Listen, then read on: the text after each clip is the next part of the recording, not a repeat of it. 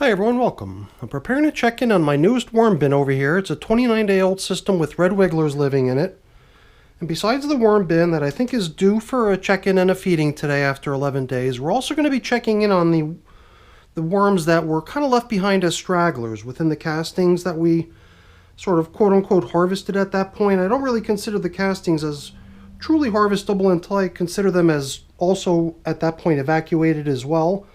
So to try to facilitate that evacuation, those castings were left behind over there in that black tray with a bait box to see if we can round up the last of the stragglers, perhaps even some newly born baby worms coming out of cocoons that might have been left behind after 29 days. Who knows? We might have a few. So I'm going to put on a glove. We're going to get over there into that bait box over in the cocoon nursery in the straggler bin of castings and get started over there, and then we'll proceed to feeding the worms over in the new box. So let's get started. So I have found myself a little bit torn on exactly what to call a system like this in the beginning when I would hang on to castings in the hopes that maybe some cocoons would hatch and I'd be able to round up babies. I would consider it as a cocoon nursery. But you might have noticed that over time I've sort of stepped away from considering these as such. You might have heard me refer to it earlier as sort of a straggler bin.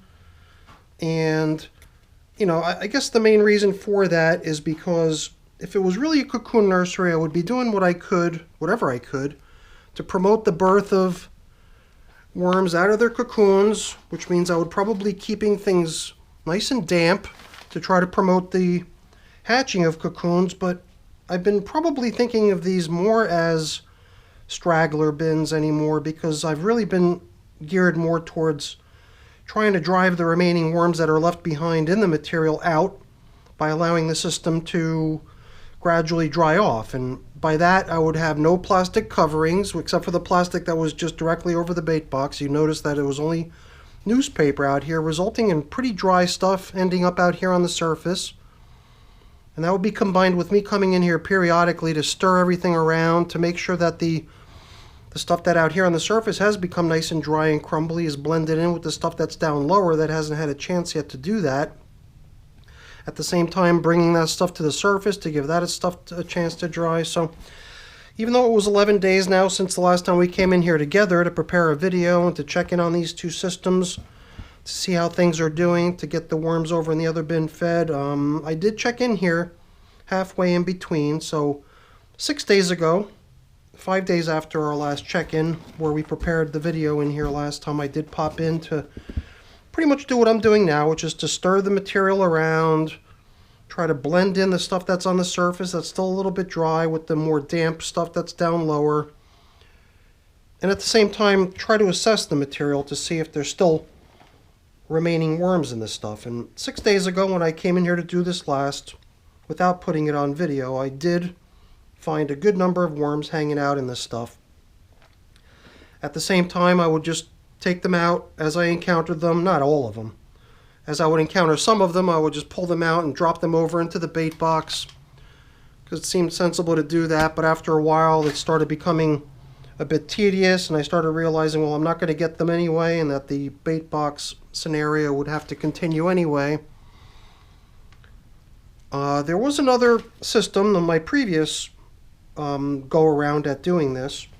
Also went 29 days, just like this one has been in progress now for 29 days. And after 29 days, I had a completely evacuated batch of castings. And I wondered if that might be the case again here today. I mean, I've already encountered 2 worms. Here's a third one. And, you know, I just assume at this point that we're going to be continuing here. We're not going to be considering this as a done deal. And I could sort of tell, too. There's moisture. A lot of times when there's a clumped up chunk of stuff, usually there's something nested in the middle of it. And I was pulling a lot of this stuff out last time, too. I don't know what this is, but it's like a rubbery, flexible material. Doesn't tear, it just stretches. And I don't know what it is, but I had quite a bit of this that I extracted the last time I was on here off camera doing this. And, well, I wasn't going to leave that piece in. Hopefully we won't see too much more of that, but I hope that's some sort of material that was specific to one feeding and only ended up in this batch of material. Here's another thing that looks sort of like something I'd been pulling out all the time in the past, which was like these little weird blue strips.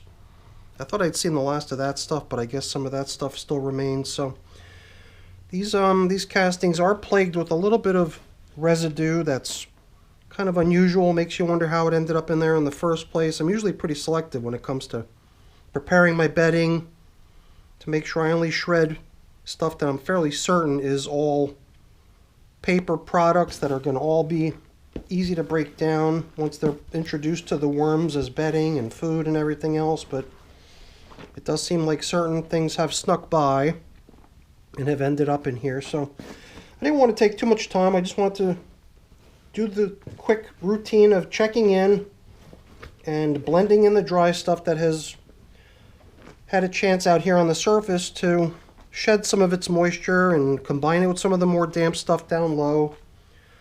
Stirring it all together, and just by doing so I believe we're further sort of souring the milk and causing an environment here that the worms are going to be attempting to find their way out of and find something a little bit more comfortable to be in, leading us to hopefully more worms gathering in the bait box.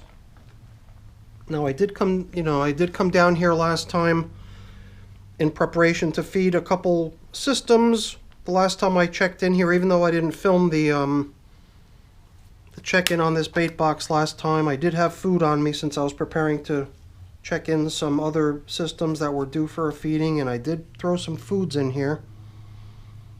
So I had just thrown that stuff down into the middle here, and it's not too surprising that there's no leftovers of it, because there is a pretty good number of worms gathering in this bait box.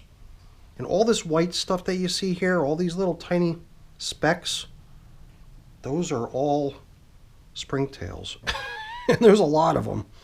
Look at them all. Holy cow. They are everywhere. And we've definitely got a nice turnout of worms that have come to the realization that they don't want to be in their old castings anymore. There's no fresh bedding there. There's no moisture or very little moisture remaining. There's no food supply.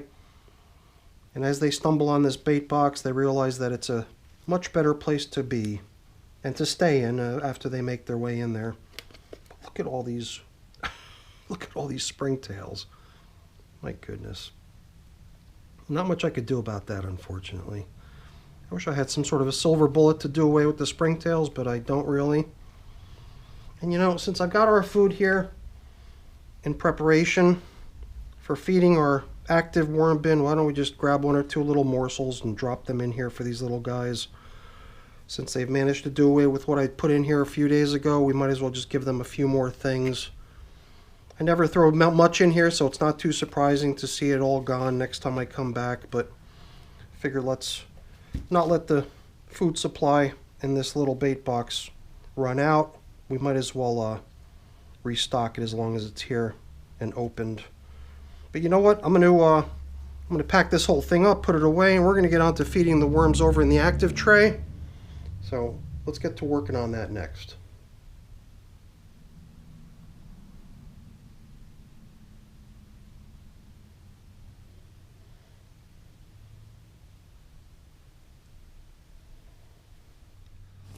So now in the worm bin, oh boy, that was interesting. Wasn't quite expecting that. Okay. Normally they don't just burn right through the top covering of paper that I put out there for them. Usually they are quite content with a whole bunch of bedding down in the system that they've already got surrounding them. But I'm assuming that it's because of the moisture recirculating coming up to hit this plastic that I'm wiping clean right now. Kind of gathering there and condensing before it has a chance to try to collect and drop back down into the system. I think the worms just have a tendency to gravitate towards water supply like that, and that's probably what we're seeing here, is just the worms being attracted to the abundance of moisture, attempting to evaporate, trying to leave the system, but then getting stuck on this plastic and collecting there, and then ending up on this piece of paper that had been an entire sheet of newspaper, but it's at this point pretty much been nibbled entirely away, with the exception of the outer edges.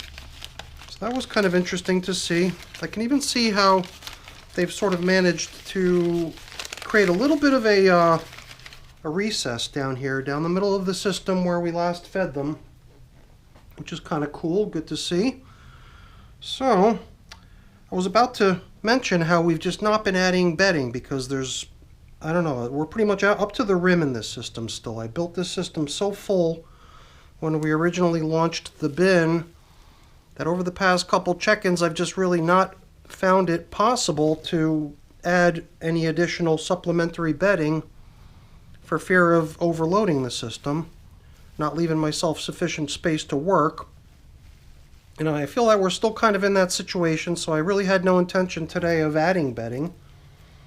I suppose what we could do, though, we can collect up some of this dry stuff that's been a little bit neglected out here on the surface due to the fact that it's a little bit dry, and since it's not getting covered by that plastic-covered cardboard. The plastic-covered cardboard is doing a really good job directly beneath itself, but around the edges it's allowing enough airflow to come and go that this top-covering shredded paper, or this, bedding material that's out on the surface near the edges is pretty dry. But perhaps if we use this stuff right down in the feeding area, it'll have a chance to get caught up with all the surrounding materials that are in the bin. I am kind of looking forward to the point in time when this system has settled enough that we can finally get back to the routine of, supplementing the bedding supply. But I guess when you build a system with this much bedding that it is pretty much full to the rim, it doesn't make a lot of sense to keep adding more and more. So we're just going to stick to that. I mean, we can obviously put this piece of newspaper to better use by not trying to fool ourselves into thinking that it's still useful as a top covering. Perhaps that alone can go back in as a little bit of supplementary bedding down in the feeding area. I had taken one of these decorative little pumpkin gourd thingies that you see out in front of people's homes during Halloween, and I put it in here as one of their feedings. It might have been part of their first feeding. And it certainly doesn't have the sort of substance a regular pumpkin has. In fact, it feels rather fragile and hollow. I think I punctured it last time by accidentally poking my finger into the side of it. And now I can actually confirm that the thing is completely hollow. Nothing in it for the worms to really make much use of, but there's worms hanging out on it. They're obviously interested in it. And it's just a weird looking little object, so it'll probably be here for us to check in on over the next few check-ins until such a time that the worms have had a chance to break it all down. I think that the stuff we gave them last time might have been materials that I wouldn't have expected to stick around too long. For some reason, lettuce comes to mind. And I think I reviewed the video from last time yesterday really quick just to see where things stood in here and whether the feeding they got last time would be one that we can expect to last or not. And I think it was going to be stuff that we wouldn't really think to find many leftovers of 11 days later. So if we do find leftovers of anything, it would probably be a little bit surprising. Some of the stuff they're getting today will probably leave leftovers. I've got stuff for them in here. Stuff like this stem that comes off of a vine of tomatoes, which will probably take some time to break down, as well as these stems of these couple banana peels. Those are likely to take some time too. But most of the other stuff that we're giving them today seem like stuff that they're going to be able to nibble away pretty quickly. So let's just really carefully excavate a big enough hole into which we can plop today's feeding. Here's another object that probably came with the worms from their old home. It's an old pumpkin stem, very puny in size, and I'm almost certain it was much larger when it was first placed into a worm bin, whichever worm bin it was that one came from, because the contents, not the contents, but the inhabitants of this system are the worms that came out of 2 completed worm bins. That's part of the reason I really wanted to make it large and spacious, because I knew I had a good number of worms coming into here. And I don't have the number in front of me, but I do have estimates based on everyone's feedback when we first launched this system 29 days ago. An estimate of how many worms live in here, and I can tell you that it is over 3,000, but the exact number I don't know. And at some point soon we'll be emptying that bait box over in that collection of castings that these wormies left behind in their old environment. So at some point soon we'll be upping the numbers in here again and revising the population estimate for this system. So perhaps we're not even ready at this point yet to announce what the actual finalized population count of this worm bin is, since it's definitely kind of a moving target with more worms to be added soon.